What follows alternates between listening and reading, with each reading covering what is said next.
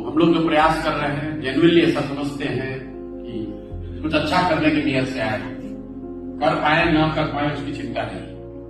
टेढ़ा काम है, कठिन है, लेकिन 1, 2 साल 2.5 साल जो हमने किया है, बहुत लोग अभी भी समझते हैं कि नहीं हो सकता है, लेकिन धीरे धीरे मेरा और ये समझ कर आया है कि कठिन काम है, नहीं होगा, आसानी से नहीं होगा, लेकिन नेट ये समझ लीजिए कि प्रयास हम करें या आप करें, प्रयास आज हो या 10 वर्ष के बाद हो, किसी न किसी बिहार के आदमी को ही करना पड़ेगा। लोग आज भी जागरूक हैं, निचले स्तर पे जिनके शरीर पर कपड़ा नहीं है, वो भी समाजवाद पर लंबा लेक्चर दे सकता है। यहाँ पर मिट्टी की पानियां, विचारधारा, राजनीतिक विचारधारा, इस पर सामान्य आदमी कुछ न कुछ सोच रखता है। अच्छा हो खराब हो, हम उससे सहमत हो न हो। पिछले 30-40 सालों से ये दुर्भाग्य है कि हम लोग इस दुर्दशा में हैं। देश के सबसे गरीब और पिछड़े बिहार एकमात्र ऐसा राज्य है में जहां 1967 से 90 के बाद के बीच में 23 साल में 34 अलग अलग सरकारें बनी। यहां पर परेशानी शुरू हुई 1967 से।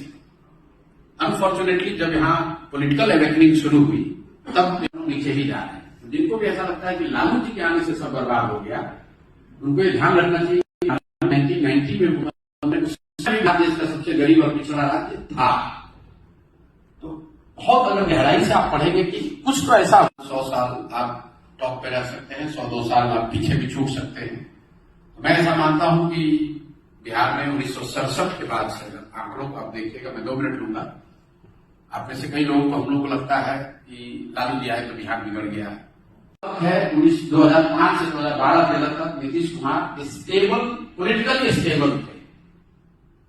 चाहे सही के हो साथ हो, गलत के साथ हो, भाजपा के साथ एक सरकार चला रहे थे जिसकी प्राथमिकता थी कि बिहार में विकास हो, सुधार हो, लालू के दौर से बाहर निकाला जाए। 2012-13 का दौर और 2012-13 से लेकर अभी का दौर, यही नीतीश कुमार 12 तक आपको विकास करते हुए दिखे। और आज वही सामाजिक न्याय से विकास होगा।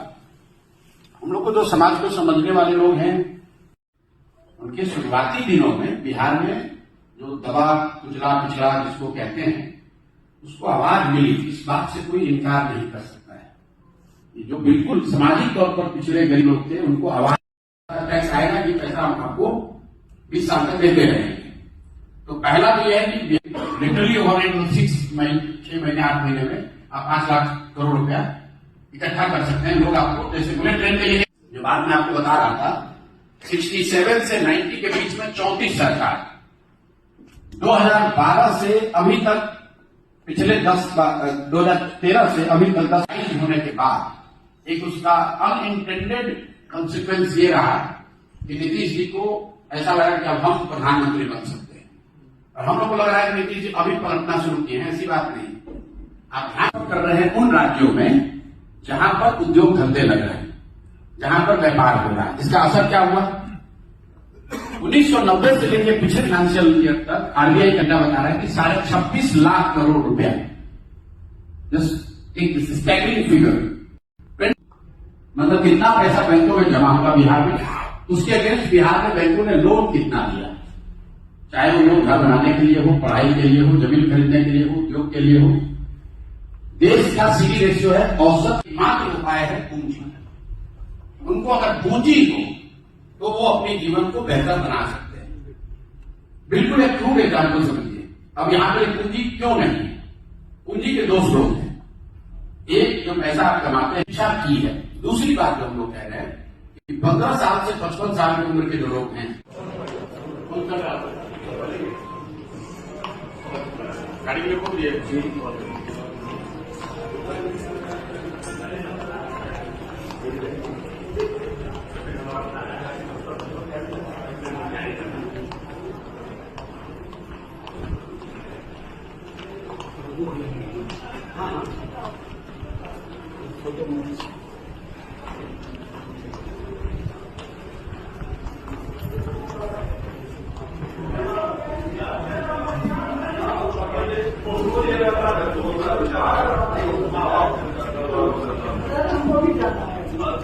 और एक खरगोश में जाना।